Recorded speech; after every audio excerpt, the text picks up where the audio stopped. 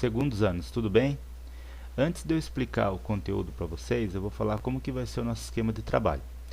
Eu postei uma apostila lá no grupo, nosso grupo de geografia, só que o começo do ano agora chegou uma nova apostila e eu vou postar novamente, que é essa que eu vou estar trabalhando aqui com vocês por meio dessa videoaula.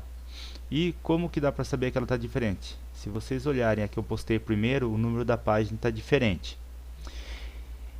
E como que vai ser então o trabalho aí ao longo desse primeiro bimestre?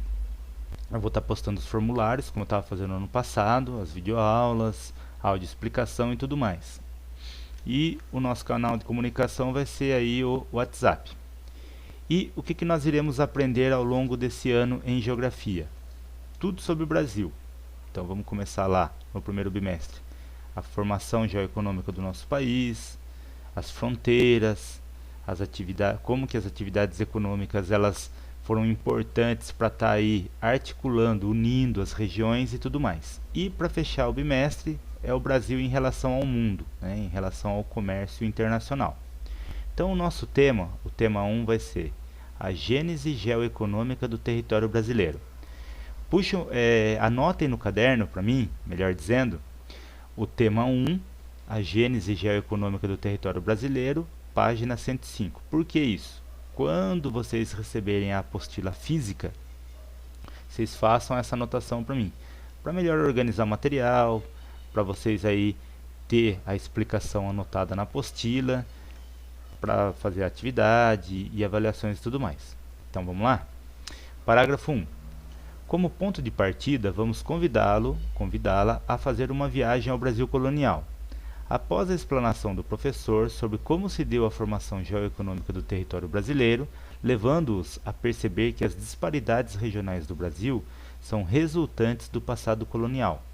É fundamental que se entenda que o território brasileiro deve ser compreendido como consequência de um longo processo de apropriação humana em todas as suas dimensões, política, socioambiental e econômica, resultado da acumulação do tempo social. Então aqui na primeira linha eu vou grifar com vocês que eles falam o seguinte para nós: vamos fazer então uma viagem ao Brasil colonial, ou seja, um período da história do nosso país. E através dessa viagem ao passado colonial brasileiro, eles querem explicar como que se deu a formação geoeconômica do território brasileiro. E vocês entendendo como que se deu a formação geoeconômica do território brasileiro, vocês vão entender as disparidades regionais do Brasil. Ou seja, o que é disparidade? Disparidades são diferenças. Percebe-se que as regiões brasileiras são diferentes, tanto culturalmente, tanto em questão de economia e também de desenvolvimento social. E essa mudança, né, essas disparidades, elas são resultado do quê? De um processo de apropriação humana. E como que se dá o processo de apropriação humana? Por meio da política, por meio de questões socioambientais, por meio de economia, tá? Ao longo do quê? Da acumulação do tempo social. Segundo parágrafo. A distribuição territorial no Brasil foi delineada na ótica dos interesses mercantilistas, na qual a terra sempre foi vista como um objeto de interesse financeiro.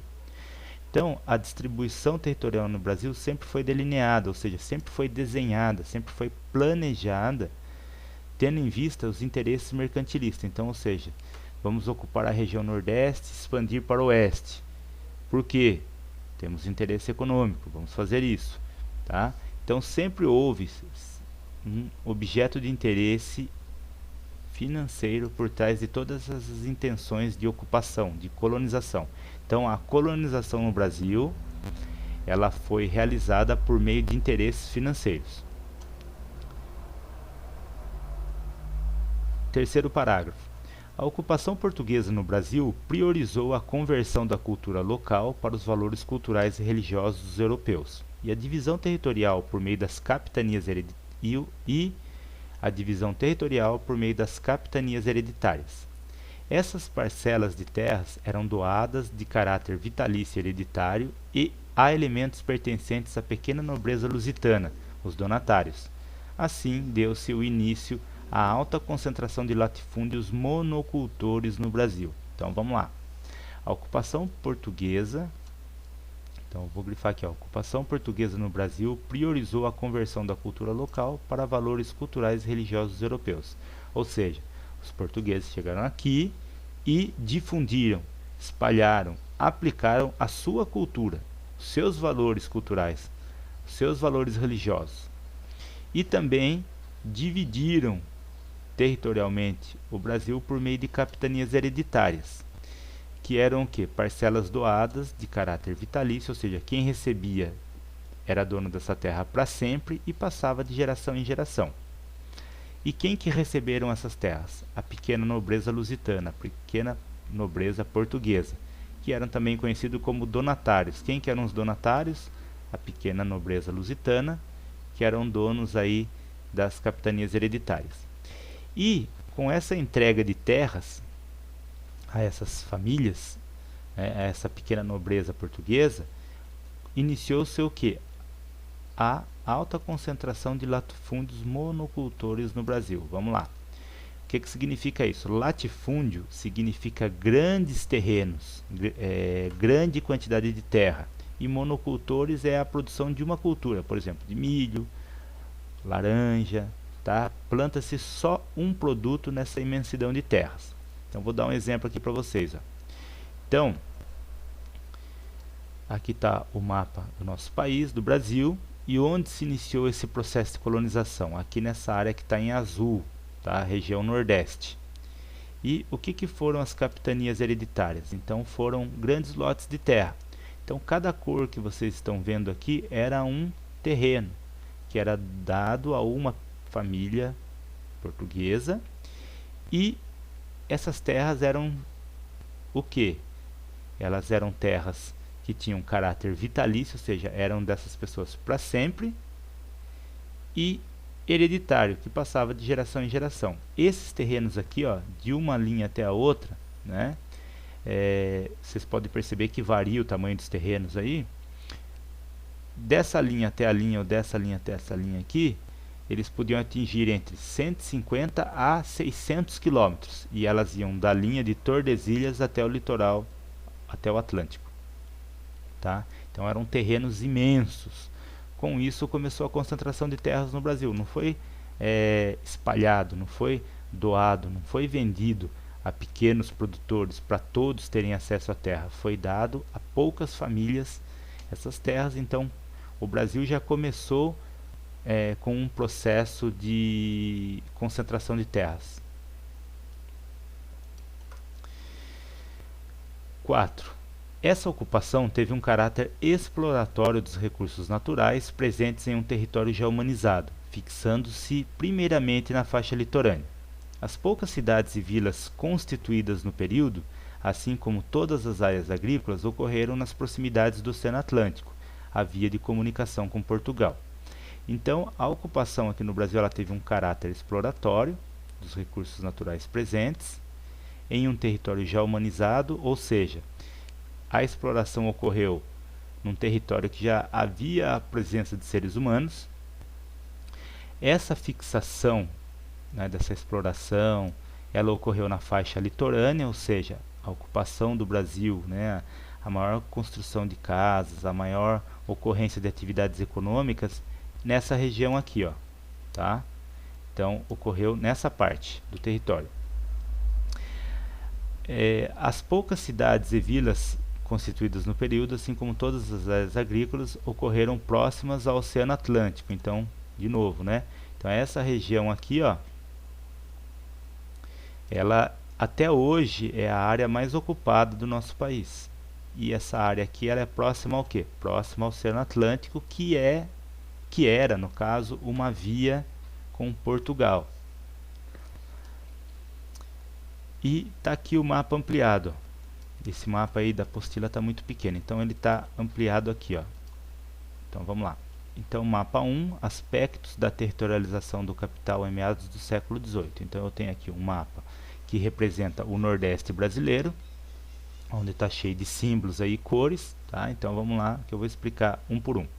Cidades presentes, no caso as mais importantes da época, São Luís, no Maranhão, Recife em Pernambuco, Salvador na Bahia e Rio de Janeiro no estado do Rio de Janeiro. Aí tem aqui o pontinho amarelo aqui na legenda, representa Vila Rica, né, onde tinha uma grande extração de ouro.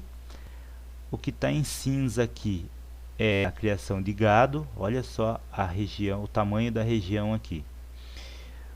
O listrado em amarelo e laranja, drogas do sertão, que eram aí riquezas, né, especiarias encontradas na região norte do país. O verde, esses pequenos pontos em verde aqui, esses fragmentos na cor verde, era a plantação de cana de açúcar. O círculo roxo, sertão de São Francisco, né, e confluência das capitanias do interior. Então, ou seja, aqui a confluência, ou seja, encontro aí do São Francisco, né, várias aí rios menores que se encontravam com São Francisco, Rio São Francisco. Azul, rios e riachos. Esse traçado em azul maior aqui, ó, que eu estou seguindo, é o Rio São Francisco, também conhecido como Rio da Integração Nacional. É um rio que faz a ligação, ele passa por vários estados brasileiros, né, começando em Minas, desaguando no Oceano Atlântico, né, passando pela Bahia, Pernambuco, Sergipe e Alagoas. A flechinha em preto é Caminhos do Gado, ou seja, pecuária, né? A flechinha em vermelha aí, né, ouro, outros minerais, drogas do sertão e outros produtos. E a última flechinha em laranja, escravos e manufaturas metropolitanas. Então, aqui ó, dá para perceber a rota por onde chegavam os escravos, né? E por essa mesma rota aqui saíam ouro, diamante e outros minerais. Então, por meio aí desse mapa, né, desse mapa regional do Brasil, é possível observar como que se deu aí o processo de colonização. Parágrafo 5. Para garantir o poder sobre as terras ocupadas e protegê-las de outros conquistadores, como franceses, holandeses e espanhóis, em 1532 a coroa portuguesa organizou o território, dividindo-o em capitanias hereditárias e construindo fortalezas militares. Então,